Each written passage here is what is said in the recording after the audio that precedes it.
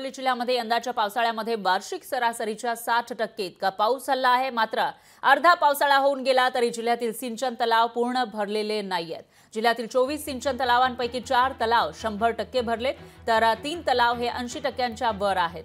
मुबलक पाणीसाठा उपलब्ध असल्याने शेतकऱ्यांचा जनावरांच्या पाण्याचा प्रश्न मिटलाय, तरी तलाव आणि धरण भरण्यासाठी हिंगोली जिल्ह्यामध्ये आणखी मोठ्या पावसाची प्रतीक्षा आहे।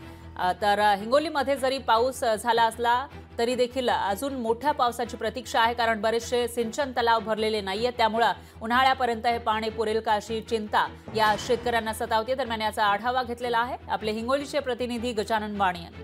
पावसाळा सुरू होऊन जवळपास 2.5 महिन्याचा कालावधी झाला आहे, मात्र हिंगोली जिल्ह्यात समाधानकारक पाऊस नसल्यामुळे शेतकरी जे आहे ते मोठ्या संकटात सापडलाय।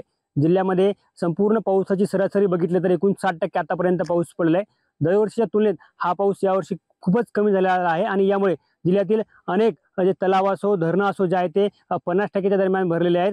दरवर्षी धरण जे आहे ते 100% 90%पर्यंत भरतात, मात्र यावर्षी जिल्ह्यामध्ये पहिल्यांदाच पाऊस कमी झाल्यामुळे शेतकरी मोठ्या संकटात सापडल्याचं पाहायला मिळते आणि तलावामध्ये देखील पाणी जे कमी असल्याचं पाहायला मिळते। सध्या हिंगोलीच्या बाबुळगाव येथील तलावासमोर आहे, बघू शकता की हे सिंचन तलाव आहे। दरवर्षी हे तलाव जे आहे ते 100% भरत असतो, मात्र यावर्षी जे आहे ते जिल्ह्यामध्ये पाऊस कमी असल्यामुळे जिल्ह्यातील अनेक तलाव जे आहेत ते 50%च्या आत आलेले आहेत। एकूण संपूर्ण जिल्हाभरामध्ये 26 सिंचन तलावापैकी केवळ 4 तलाव जे आहेत ते 100% भरलेले आहेत आणि 3 तलाव 80%च्या वर आहेत, तर उर्वरित तलाव जे आहेत ते संपूर्ण 50%च्या खाली भरलेले आहेत। तर अनेक तलावामध्ये सध्या 0% पाणीसाठा असल्याचं देखील पाहायला मिळत आहे। बघू शकता की मागील जवळपास 2.5 महिन्याचा कालावधी झालेला आहे आणि 2.5 महिन्याचा कालावधी होऊन देखील जिल्ह्यामध्ये जे आहे ते चांगला पाऊस झालाय। अनेक जे आहे ते आपण बघू शकता कोकण असो मुंबई असो अनेक ठिकाणी जे आहे ते जोरदार पाऊस पडतोय, मात्र हिंगोली जिल्ह्यामध्ये संपूर्ण जवळपास 2.5 महिन्याचा कालावधी होऊन देखील जिल्ह्यामध्ये पाऊस पडत नसल्यामुळे आता येणाऱ्या काळामध्ये जर चांगला पाऊस झाला तर शेतकऱ्यांना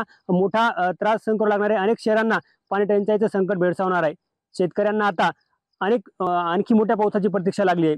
कॅमेरामन राजेश सोबत गजानन वाणी, लोकशाही मराठी, हिंगोली। लोकशाही मराठी ऐका, पहा, जागरूक रहा।